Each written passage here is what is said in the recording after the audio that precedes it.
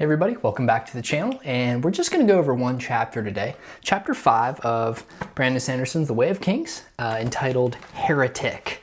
This entire chapter is going to be about Shallan's connection and trying to assume and earn a wardship with Jasnah. So it's going to be an interesting, very offensive back and forth. I couldn't imagine the awkwardness and the boldness. If this was a real life situation, the boldness that Shallan has to show and the rudeness of Jasnah. However, the opening little tag is important, I feel like, moving forward. Let me read for you what that opening inscription reads under the title. I have seen the end and have heard it named, the night of sorrows, the true desolation, the ever storm. And this is collected on the first of Nains, 1172, 15 seconds pre-death. Subject was a dark-eyed youth of unknown origin.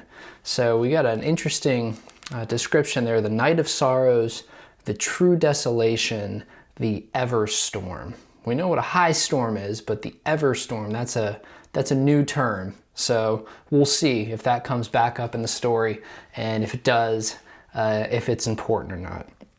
Well, we open up the chapter, and Shallan has entered the castle, and the castle has been carved into a mountainside. Well, she comes upon Jasnah, and she is speaking with a very well-dressed man in very rich robes, and Shallan deduces that this isn't just anyone here in Kharbranth. This is actually the king himself. Taravangian is his name, King Taravangian. And Jasnah and he are talking about various different things. Jasnah seems very, very busy, very, very determined. But Shallan notices that she has a piece of jewelry, I guess we could call it that. A soul caster is what it's called. And this soul caster contains several very, very expensive marks and gems that obviously absorb storm light during a high storm. And the person who performs the process of soul casting, and we're going to learn what that is later, is called a soul caster, and the actual fabrial, which is what it's called, that is used is also called a soul caster. So a soul caster uses a soul caster. To do what? We'll find out later.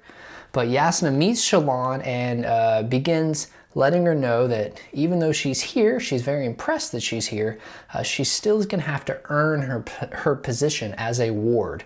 Shallan was not expecting that. She thought the fact that she had invited her to come have a conversation across seas and lands, and what a journey.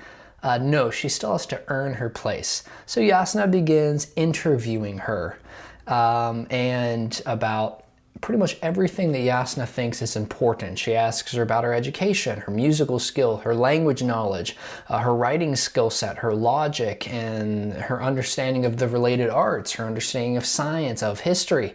And suffice to say, through it all, Shallan is thoroughly embarrassed because she does not possess the apparently level of intellect that Jasnah requires. And she snaps back at her several times and calls her possessing an unrealistic expectation. She snaps back and says, I'm sure that I can find some 80-year-old Ardens who maybe have acquired the amount of knowledge that you think is necessary, but sure enough, they won't be able to hear you because they're so old. And so they sort of go back and forth here, and they sort of bicker about this. Well, as they're walking towards, they don't really know what, they come across apparently what they've been walking toward, which is a huge boulder has broken loose from the ceiling and has crashed down into this hallway. Remember, it's carved into a mountain. And the king is there, King Taravangian. And so the crew is all around, there's guards, and Shallan figures out that, okay, Jasnah must be here for a reason, and she's going to have to use her soul caster in order to help out this process. And so she doesn't really know what's about to happen. She knows sort of what soul casting is, but she's never seen it in person. So they come across this rock broke free in a most recent high storm, and we pretty much get a a narrated story of what happens. Jasnah closes her eyes. She instructs everyone else to get wet rags for whatever she's about to do. She puts her hand on the rock and she clasps her soul caster. Well, the reason why she's doing this is the rock has crashed down and it has trapped the king's granddaughter behind it. She's trapped in there. So Jasnah is going to soul cast this rock. Well, what is soul casting? Well, soul casting is the action of using a soul caster to transform rock into something else, or something else into rock.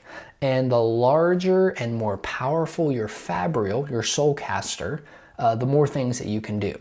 So we get a little description that the smaller ones may be able to turn stone into things like water or things like grain. The larger ones can really transform anything into anything. So a huge asset to have. And Shallan notices that she imagines that the ardents, the religious elite in Vornism would be pretty upset to know that a heretic like Jasnah, and we haven't really heard her heresies yet, but that someone like her would have such a powerful fabrial and soul caster. And so sure enough, she transforms the rock into this huge plume of smoke. Everyone covers their face with the rag. They're coughing, their eyes are watering, hence the wet rags to protect their face. And the child is saved. Well, after they finish, Shallan's sort of like, well, did I get the job? And Jasnah lets her know, you did not. I don't have time for this. And Shallan is crushed. Well, towards the end of the chapter, we learn a little bit, though, that Shallan's not giving up. She's not giving in because a plan has been hatched. And we learn that 6 months ago, before Shallan reached out to Jasnah, her and her brothers came up with a plan. And the plan was that Shallan would try to get a wardship from Jasnah so that she could learn about her, get close to her, and identify where she keeps that soul caster. And the last sentence here is, she didn't pursue the wardship for prestige, but in order to learn where she kept her soul caster. And then Shallan would steal it. So this is where the chapter ends. And we can see a young lady who is desperate to save her family from financial ruin, from maybe even physical harm. And we can understand that you would do anything to protect your family. Her parents are no longer in the picture. We learn that her mother died when she was young, and her father, though she's not letting Jasnah know this, her father is no longer living. And so it's Shallan and her brothers. And she's going to do anything she can to protect them and to help out. And pursuing this wardship seems to be a really good opportunity. We also learn that her father had a soul caster in his possession, that when he had died, they found it on his body. So she's trying to steal Jasnah's, bring it back, get some money, give it to the debt collectors. We're not sure, but she's going to try to use that soul caster to save her family. What's she going to do from here? She's been turned down by Jasnah. Well, we'll find out in the upcoming chapters. Thanks so much for watching, and I hope you've enjoyed it. We'll catch you on the next video.